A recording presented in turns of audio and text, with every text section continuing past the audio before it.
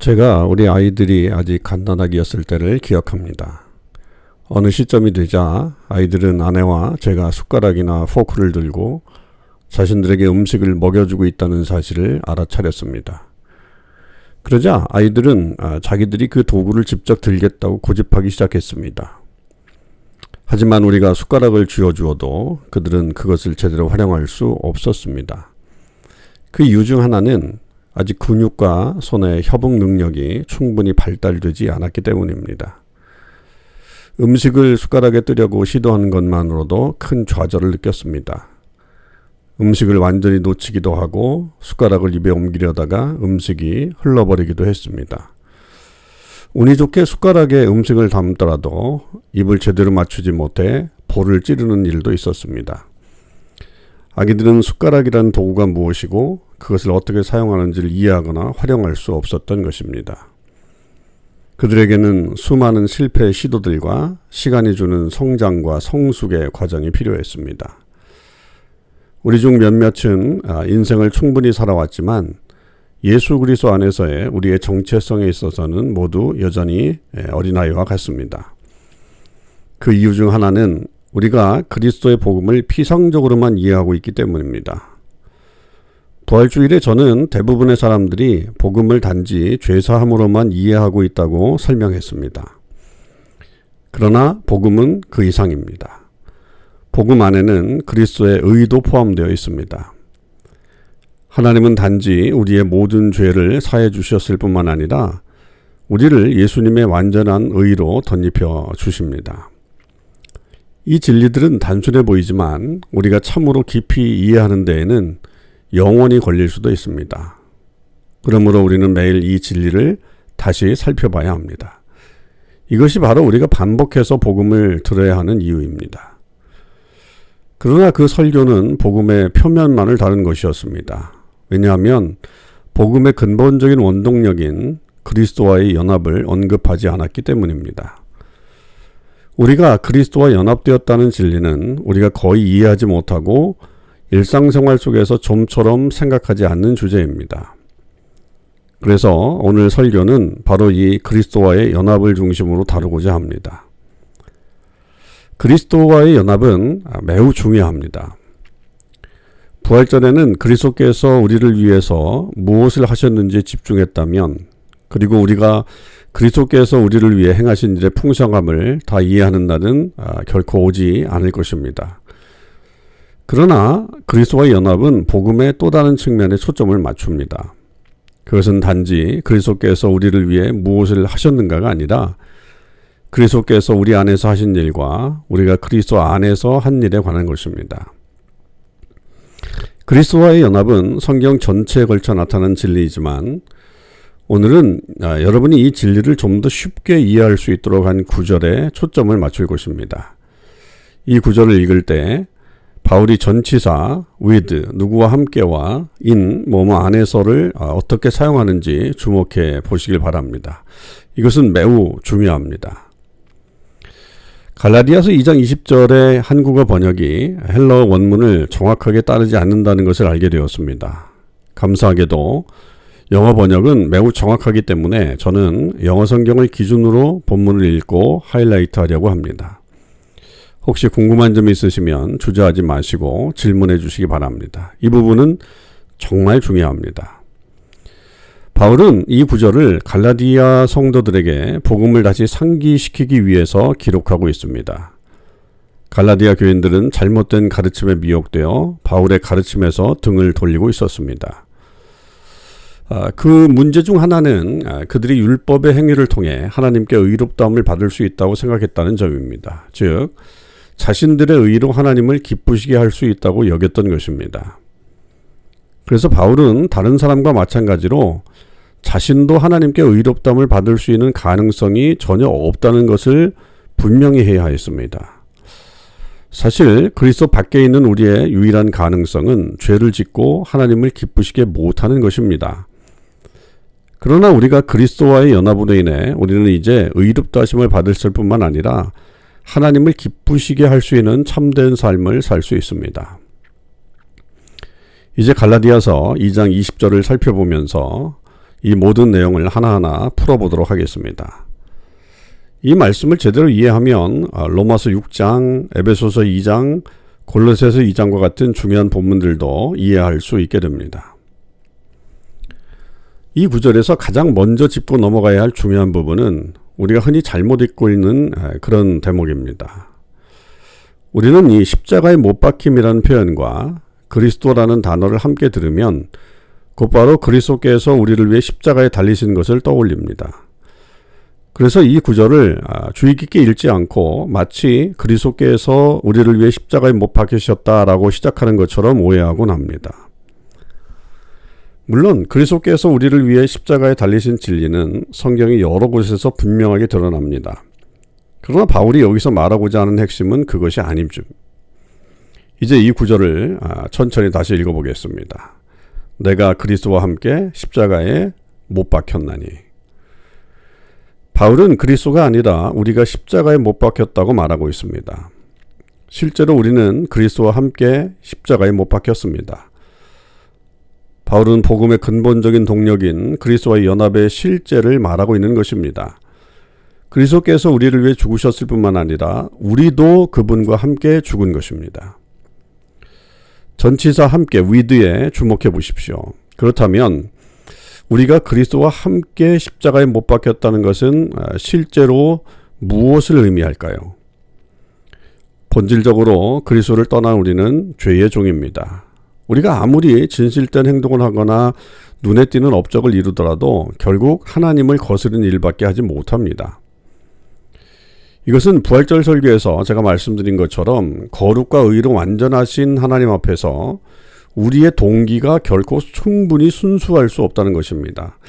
그래서 그리스도 없이 우리는 하나님께 반역할 수밖에 없는 죄인들입니다. 성경이 우리를 하나님의 원수라고 부르는 이유가 여기에 있습니다. 우리는 하나님을 향해 적대적이며 따라서 하나님의 진노를 받아 마땅한 자들입니다.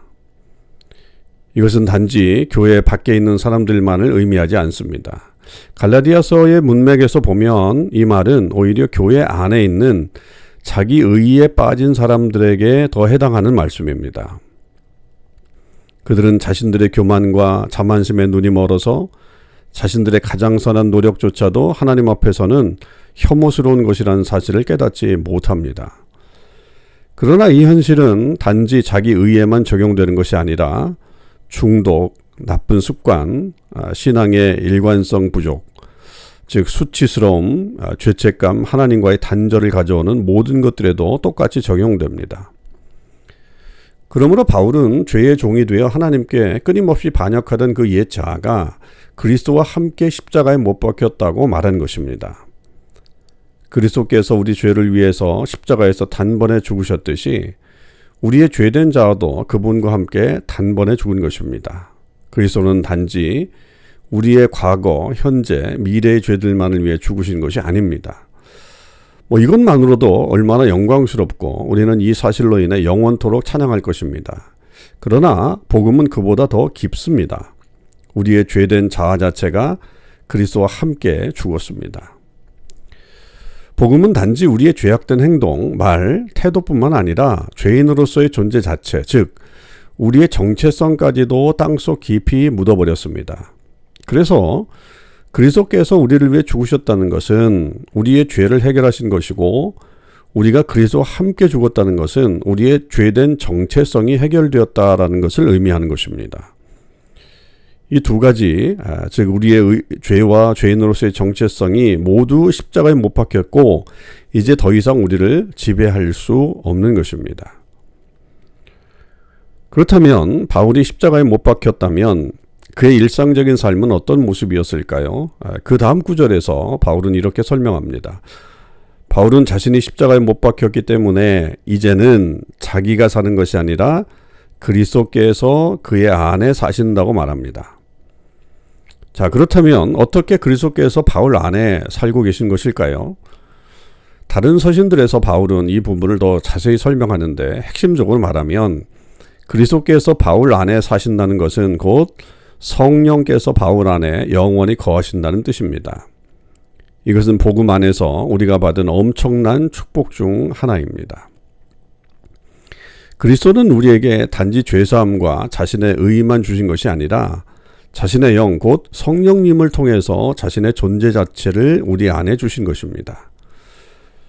우리는 종종 성령님이 우리에게 특별한 필요가 있을 때나 혹은 우리가 신앙생활을 잘하고 있을 때만 찾아오신다고 생각하곤 합니다. 예를 들어서 선교여행을 떠나기 전이거나 기도를 열심히 하고 있을 때 성령이 우리 위에 임한다고 생각합니다. 혹은 성령이 함께 하신다는 것을 감정적으로 느낄 때에만 임재하신다고 생각해서 열정이나 뜨거움, 친밀감 같은 감정에만 집중하기도 합니다. 그러나 이것은 그리스도께서 우리를 위해 이루신 복음의 진정한 의미가 아닙니다. 성경 다른 곳에서는 성령을 보증, 첫열매, 인침이라고 부릅니다. 이러한 단어들이 사용되는 이유는 바로 성령의 내주하심이 영구적인 것임을 강조하기 위함입니다. 그리스도께서 이루신 구속의 사역은 성령이 그의 백성 안에 영원히 거하신다는 것을 의미합니다. 전치사인 안에를 주목해 보십시오. 성령이 우리 곁에 계신 것이 아니고 우리 안에 계신다는 것입니다. 우리가 성령의 영원한 내주하심을 의심하는 또 다른 이유는 성령의 목적을 제대로 이해하지 못하기 때문입니다. 우리는 종종 성령의 목적이 기적을 일으킨다거나 삶에서 어떤 특별한 강력한 돌파구를 경험하게 하는 것이라고 생각합니다. 물론 그런 일들이 성령의 역사로 나타날 수는 있지만 그것이 성령께서 우리 안에 거하신다는 주된 목적은 아닙니다. 로마서 8장 29절이 분명하게 말하고 있습니다. 성령의 가장 중요한 목적은 우리를 그리스도의 형상을 닮게 하는 것입니다. 우리가 그리스도의 형상을 닮아갈 때 기적과 같은 사건이나 놀라운 일이 일어날 수도 있습니다. 그러나 그리스도의 생애를 더 깊이 생각해 보면 그분의 삶은 대부분 고난과 수치로 점철되어 있음을 알 수 있습니다. 그리고 그리스도를 그렇게 의롭게 만든 것은 그분이 아버지를 신뢰하고 순종하셨다는 사실이었습니다. 바로 이것이 그리스도 안에 있는 자들에게도 나타나는 특징입니다. 하나님은 우리가 고난과 수치 가운데서도 그리스도처럼 신뢰하고 순종하는 사람으로 성숙해 가도록 우리를 빚어가고 계신 것입니다. 그러나 안타깝게도 우리는 고난과 수치를 하나님의 멀어지시는 것이나 불만족의 증거로 해석해 낼 때가 있습니다. 그러나 실상은 하나님께서 그런 과정을 통해 우리가 그리스도를 닮은 자로 만들어가고 계시다는 사실일 수도 있습니다. 그러나 이렇게 살아가는 삶은 우리 육신의 본성과는 정반대입니다. 처음에 말씀드렸듯이 우리는 영적으로 갓난아이와 같습니다. 숟가락이나 포크는 손에 쥐고 있지만 그것을 어떻게 제대로 사용하는지 잘 모릅니다. 그래서 바울이 이렇게 이어서 기록하고 있는 것입니다. 바울이 현재 매일 살아가는 삶은 그리스도를 믿는 믿음으로 사는 삶입니다. 다시 말해 자신의 죄된 자아가 십자가에 못 박혔고 그리스도께서 자신 안에 사신다는 것을 보는 것은 바울에게도 자연스러운 일이 아닙니다. 쉬운 일이 아닙니다. 마치 아기가 숟가락을 잡는 것처럼 처음에는 자연스럽지 않은 것입니다. 따라서 바울은 이 현실을 이해하고 그에 따라 살아가는 데에는 믿음이 필요하다고 말하고 있습니다. 그것은 그에게도 쉬운 일이 아니었습니다. 우리 중 몇몇은 그리스도께서 우리를 위해 이루신 이 새로운 영적인 현실과 성경적인 원리를 이해할 수 있을지도 모릅니다. 그러나 우리는 실제로 그 진리에 따라 살아가고 있습니까? 우리는 그것을 신뢰하고 순종하며 살아가고 있습니까? 솔직히 말해서 모든 일이 잘 풀릴 때 우리의 정체성은 그리스도 안에 있지 않을 때가 많습니다. 오히려 우리는 직장에서 승진한 직함, 높은 연봉, 새로 산 멋진 집, 또 자녀의 수, 자녀가 얼마나 잘 성장하고 있는지 혹은 우리가 가치를 느끼게 해주는 다른 것들에 우리의 정체성을 두곤 합니다. 또 어떤 분들은 여전히 자신의 정체성을 옛 죄된 자아에 두고 살아갑니다. 우리는 모든 죄를 계속 용서받고 있다고 생각하기 때문에 나쁜 습관에 빠지거나 화를 낼 때 그리스도의 보혈로 해결되었다고 위안을 삼긴 하지만 여전히 우리의 정체성은 죄인이다라고 보고 있습니다. 더 나아가서 우리는 여전히 하나님께서도 우리의 존재의 본질을 죄인으로 보신다고 생각할 때가 있습니다. 마치 하나님이 우리가 천국에 들어갈 때까지 마지못해서 참고 계신 것처럼 느끼고 있는 것입니다. 그러나 이 구절은 우리가 그리스도와 연합되었다고 선언하고 있습니다. 따라서 그리스도와의 연합은 우리의 정체성이 더 이상 죄인이 아님을 선포합니다. 우리의 정체성은 그리스도 안에 있습니다. 부활절 설교의 중심이었던 우리가 그리스도의 의만을 소유한 것이 아니라 온전한 그리스도 그분 자신을 소유하게 된 것입니다. 그러나 이것은 믿음이 필요합니다. 왜냐하면 우리의 상황이나 죄된 본성이 자꾸만 우리의 정체성이 다른 무언가 있다고 설득하려 하기 때문입니다. 이런 일은 우리가 성공을 경험할 때도 실패를 경험할 때도 일어날 수 있습니다. 우리 마음속에는 영적인 저울이 있습니다. 우리는 그 저울에 하나님의 말씀, 복음의 약속, 그리스도께서 우리를 위해 이루신 일을 더 무겁게 둘 것입니까? 아니면 우리의 감정과 환경, 상황을 더 무겁게 둘 것입니까? 우리의 감정과 상황은 너무나도 쉽게 변하고 순간적인 것들입니다.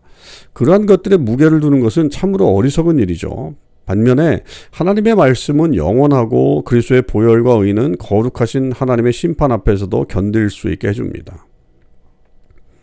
그렇다면 왜 우리는 여전히 그리스도를 제외한 모든 것에 더 많은 무게를 두며 살아갈까요? 그래서 바울은 그가 지금 사는 삶, 그리고 우리가 이제 살아야 할 삶은 하나님의 아들을 믿는 믿음으로 사는 삶이라고 말한 것입니다. 우리가 그리스도와의 연합에 따라서 살아가려 할 때 우리는 많은 실수를 하게 됩니다. 비록 우리의 죄된 자아는 십자가에 못 박혔지만 우리는 여전히 옛 사고방식으로 되돌아가곤 합니다. 마치 아기처럼 숟가락을 떨어뜨리기도 하고 음식을 쏟기도 하고 심지어 자기 뺨을 찌르기까지 하던 말입니다. 그렇다면 우리가 이렇게 서툴고 부족한 모습을 보일 때 그리스도의 마음은 어떠하실까요?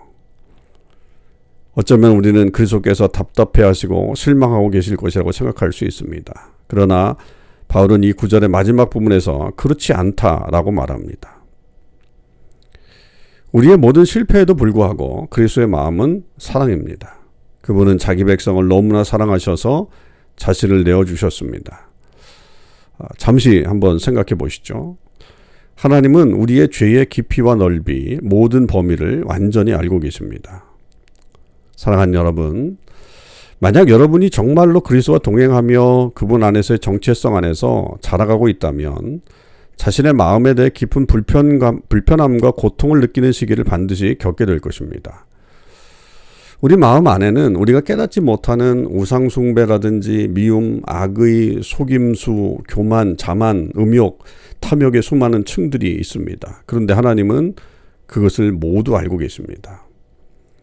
놀라운 것은 그리스도께서 우리의 죄를 완전히 알고 계시면서도 단지 우리를 위해 죽으셨을 뿐만 아니라 기꺼이 사랑으로 그 일을 행하셨다는 사실입니다. 그리스도께서 십자가에서 참혹한 죽음을 견디며 우리 죄의 대가를 감당하실 수 있었던 이유는 단지 아버지께 대한 순종 때문만이 아니었습니다. 우리 각자에 대한 사랑 때문이라는 것이 이 구절의 메시지입니다. 그리고 그리스도께서는 우리의 현재와 미래의 죄까지도 알고 계십니다.